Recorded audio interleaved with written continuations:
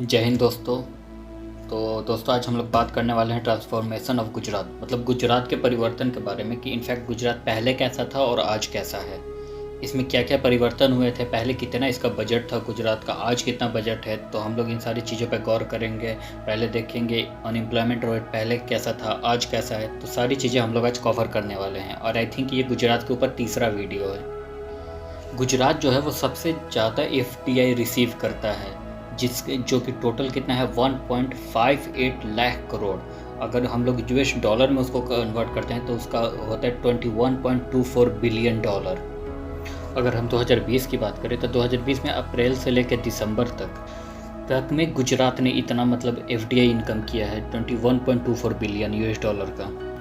अगर हम 2020-21 के बारे में बात करते हैं तो 2020-21 में गुजरात ने पिछले साल से 550% ज़्यादा मतलब इसने इनकम किया है FDI के थ्रू।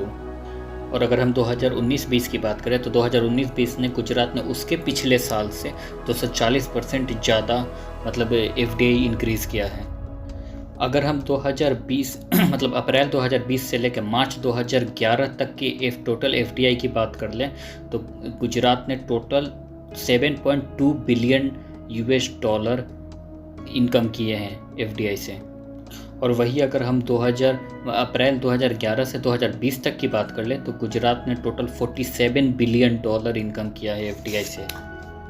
गुजरात IEM के मामले में भारत में सबसे पहले नंबर पे आता है। IEM का फुल फॉर्म होता है इंडस्ट्रियल इंटरप्रेन्योर मेमोरेंडम।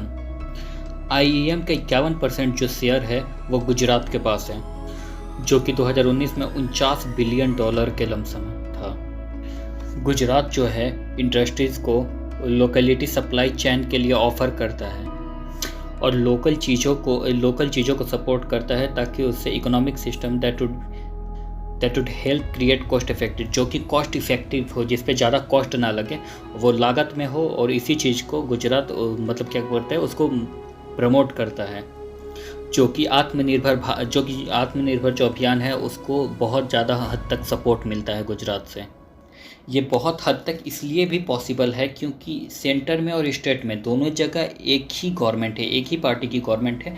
तो इसलिए स्टेट गवर्नमेंट को बहुत ज़्यादा सपोर्ट मिलता है सेंट्रल गवर्नमेंट की तरफ से। सेंट्रल गवर्नमेंट जो केंद्र सरकार है हमारे, वो आत्मनिर्भर भारत को आगे बढ़ाने के लिए सेल्फ रिलायंस होने की बात करते हैं, मतलब खुद पे निर्भर होने की बात करते हैं। और दूसरी बात है वो बूस्ट करना चाहते हैं मैन्युफैक्चरिंग को, मतलब कि जो मैन्युफैक्चरिंग है उसको बढ़ाना चाहते हैं, जो कि ईजी टू डू हो, जो कि करने में आसान हो। पेंडेमिक के दौरान जो कि कोविड-19 चल रही है, इसके दौरान गुजरात में जो भी छोटे और बड़े जो भी बिजनेस करने वाले लोग हैं उनकी जो ग्रोथ है उसे एक्सेलरेट कर दिया है, मतलब बढ़ा चुका है। लॉकडाउन के दौरान जो कंजप्शन हुआ है, जो कि खपत हुआ है गैस का और जो पावर सप्लाई का, तो अगर हम पावर कंजप्शन की बात करें मतलब जो कि इलेक्ट्रिसिटी खपत हुई है वो 10% ज़्यादा बढ़ गई है इलेक्ट्रिसिटी की खपत लॉकडाउन के दौरान। और जो गैस सप्लाई की बात है तो गैस सप्लाई जो है उसकी कंजप्शन जो है वो 25% बढ़ गई है। तो ये एक बहुत ही बेहतर वो है, क्या बोलते हैं, रिकवरी है बिजनेस के लिए, जो कि गुजरात रिकवर कर चुका है बहुत ही बेहतर तरीके से इस बिजनेस में। तो इसलिए गुजरात को किसी भी तरह का नुकसान नहीं हुआ है इस लॉकडाउन के दौरान। जो गुजरात का इंफ्रास्ट्रक्चर है वो हमेशा गुजरात का स्ट्रेंथ रहा है, हमेशा उसकी मजबूती रही है इंफ्रास्ट्रक्चर। जैसे कि रोड की कनेक्टिविटी हो गई तो गुजरात की चारों तरफ से रोड कनेक्टिविटी है। रेलवेज़ हो गए, रेलवेज़ भी चारों तरफ से कनेक्टेड है। जो पोर्ट्स हो गए वो भी कनेक्टेड है क्योंकि इंटरनेशनल पोर्ट है वहाँ पे, इंटरनेशनल एयरपोर्ट है वहाँ पे पावर सप्लाई है, वहाँ पे यूटिलिटी ग्रिड्स है और ऐसे ही वहाँ पे बहुत सारे इंफ्रास्ट्रक्चर जो है वो डेवलप हुए हैं। गुजरात जो है सोलर पावर पॉलिसी 2021 को अनाउंस किया हुआ है, जिसका लक्ष्य ये है कि जितने भी इंडस्ट्रीज़ हैं उनकी जो कॉस्ट है, जो उनकी बिजली बिल आती है उसको रिड्यूस करें 50% के लमसम, मतलब अराउंड 50% के लमसम उनकी बिजली जो है, उनकी खपत जो है वो कम हो। इनफैक्ट सीधे बोला जाए तो उनकी बिजली बिल जो है वो कम आए। गुजरात हमेशा IT, बैंकिंग और फाइनेंशियल सर्विसेज तथा टूरिज्म को हमेशा सपोर्ट करता है। जिससे कि उनका इंडस्ट्रियल जो इकोनॉमिक सिस्टम है वो बढ़ते जाए, और उसके बाद जो बिजनेस में जो डेवलपमेंट हो वो हमेशा बना रहे और उनका बिजनेस बढ़ता जाए आगे की तरफ। इसलिए वो इन सारी चीज़ों इन सारे फील्डों में सपोर्ट करता है गुजरात। गुजरात में बहुत सारे इन्वेस्टमेंट अपॉर्चुनिटीज़ है, जैसे कि मैं कुछ का नाम बता दे रहा हूँ आपको। तो जैसे कि DFC है, DMIC है, धोलेरा SIR है, मंडल बैकाराजी है जिसका शॉर्ट फॉर्म में MBSIR बोलते हैं, उसके बाद PEPIR है, ये ऐसे ही बहुत सारे हैं, सॉरी PCPIR है। जो गुजरात में एक मतलब डेवलपमेंट प्रोजेक्ट तैयार करके रखा है, जैसे कि जो फ्यूचर का इंफ्रास्ट्रक्चर है उसको डेवलप करने के लिए। तो जिसमें पहला जो है वो है जो कि गुजरात की जो मेन शहरें हैं उसको कनेक्ट करने की, वो भी रेलवे के द्वारा। जो नंबर 2 पे है वो है अहमदाबाद से लेके धोलेरा के बीच में एक एक्सप्रेस वे मतलब कि हाईवे बनाने का। तीसरा जो है वो है नर्मदा नदी के ऊपर भदभुत बैरेज प्रोजेक्ट बनाने का। चौथा जो है वो है डायमंड रिसर्च और मर्सेंटेज सिटी। ये गुजरात का ड्रीम प्रोजेक्ट है, ये सूरत जो है उसको डायमंड रिसर्च और मर्सेंटेज सिटी बनाने का।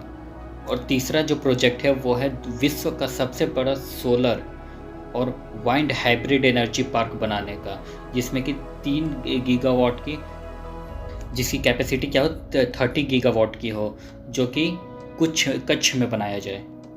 गुजरात ने हाल ही में लॉन्च किया है इंडस्ट्रियल पॉलिसी 2020 को, जो कि इंटरप्राइजेस और इनोवेशन को प्रमोट करता है। इससे क्या होगा, इससे vocal for local to become global, ये वाला जो फंडा है इसको कंप्लीट करने के लिए गुजरात की जो गवर्नमेंट है वो हमेशा माइक्रो, स्मॉल और मीडियम इंटरप्राइजेस को सपोर्ट करता है। और इस स्कीम के थ्रू 900 से ज़्यादा MSME मतलब माइक्रो, स्मॉल, मीडियम इंटरप्राइजेस के लोगों को बेनिफिट पहुंचा हुआ है। जो राज्य सरकार है उसने एक MOU साइन किया हुआ है। तो MOU का फुल फॉर्म ये है मेमोरेंडम ऑफ अंडरस्टैंडिंग, जो कि MSME के द्वारा जो भी लोग बिजनेस करना चाहते हैं उनके लिए आसान किस्त मतलब आसान तरीके से उनको लोन मिल सके। गुजरात के पास बहुत सारी मल्टीनेशनल ऑटोमोबाइल कंपनियां हैं, जो उसके अंदर बहुत सारी कंपनियां जैसे कि सुजुकी मोटर हो गया, फोर्ट इंडिया हो गया, Honda and hero motor crop हो गया। ऐसे बहुत सारी जो कंपनियां हैं वो स्टेबलाइज हुई है गुजरात के अंदर। गुजरात के अंदर बहुत कम अर्बन एम्प्लॉयमेंट रेट है, सिर्फ 3.4% है, जबकि कर्नाटका के अंदर 5.3% है और महाराष्ट्र के अंदर 6.6% है।